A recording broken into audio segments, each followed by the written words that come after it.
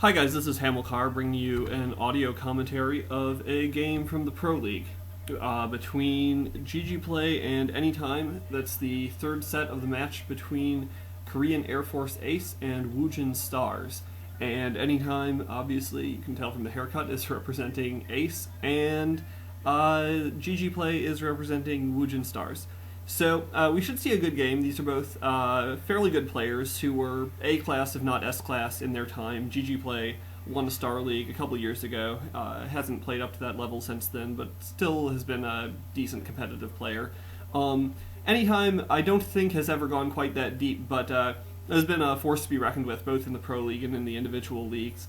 Obviously now not in his prime because he just entered the Air Force, and obviously...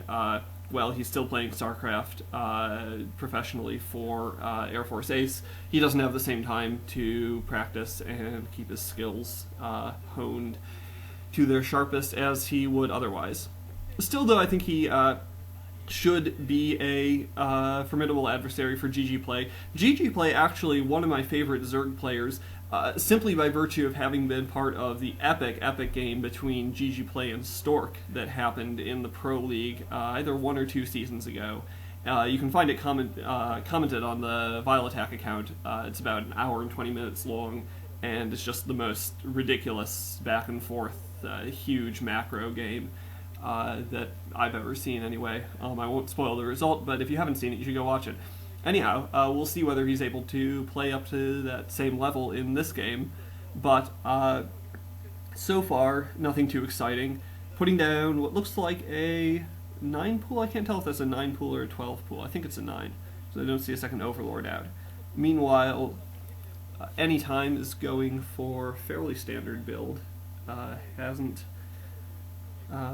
well, I can't see what he's put down. I'm not a big fan of this build. He's going for Gateway first rather than Forge, which is a little bit risky given how early the pool's coming out. But okay, no, he was just using the Gateway to size up the area in front of his ramp for base architecture purposes. He does put down the Forge, and he's going to need to get some cannons out relatively quick because those lings will be heading down. He's got the scout on the 9 pool, so he knows what's coming, and he should be able to defend it in time. Now just trying to deny the expansion to GGPlay and doing a pretty good job of it. Not too much action to report on at the moment. We'll see whether he does get those cannons down in time. Doing a very good job of denying this hatchery. Finally does go down. Good micro there on GGPlay's part.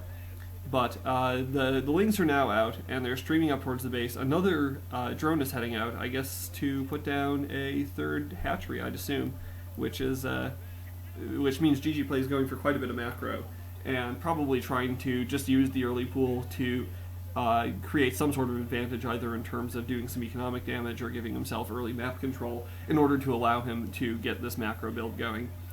But Anytime does have 2 cannons down and the Nexus. Hopefully those cannons will warp in time.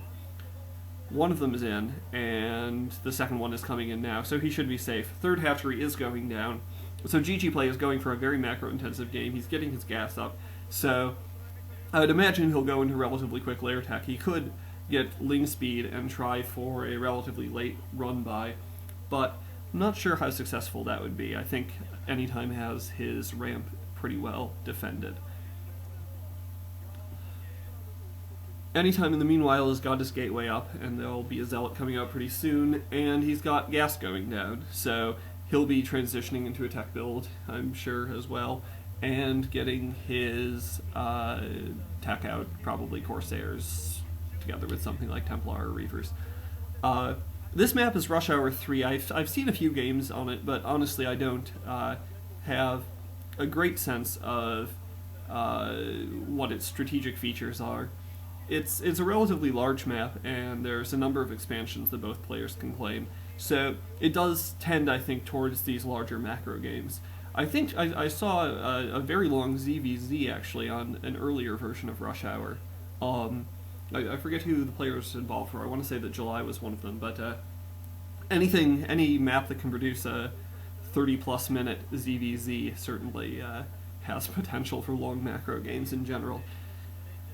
Ling's chasing around the scouting probe, and Lair Tech meanwhile is going up for GGPlay.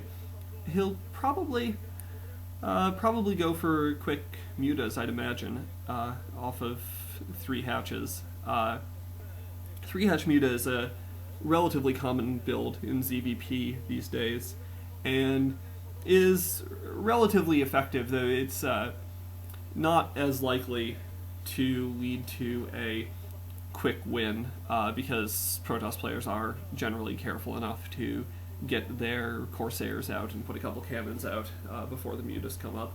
The one player I've seen be really successful on any sort of consistent basis with using 3-hatch mutas for a knockout punch is July, but it looks like I'm wrong and there's a Hydra Den going down, so I assume that means quick lurkers from the lair rather than mutas. He may still get a Spire down for Scourge, but I guess he's going to go for a quick lurker build. And if he does decide to cap all 3 gaps that he has access to at his bases, that'll allow him to produce quite a few lurkers, but I'm not sure that it'll be all that successful. Pure lurkers or lurkerling is not the most deadly build against Protoss in the mid game, simply because unlike Terran, Protoss doesn't really need to get any sort of special tech out to deal with lurkers. They need to get observers out, and that means that they need to scout the lurker build at some point. But even if they don't, cannons can still provide a good amount of defense at the natural, and Dragoons are very good at doing damage to the lurkers when they unburrow and move forward, and then falling back in time to avoid any sort of critical damage themselves.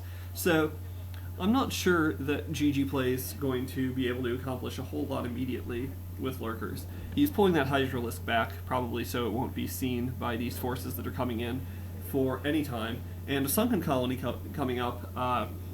We'll see if Anytime decides to push in. I don't think he will, because he doesn't have a great deal of military force there for Zealots and a Dragoon, I think, and he is pulling back. But he's succeeded in putting some pressure on GGPlay to put that Sunken down, and probably invest in a few more Lings. It looks like he's got a decent-sized force of them out now.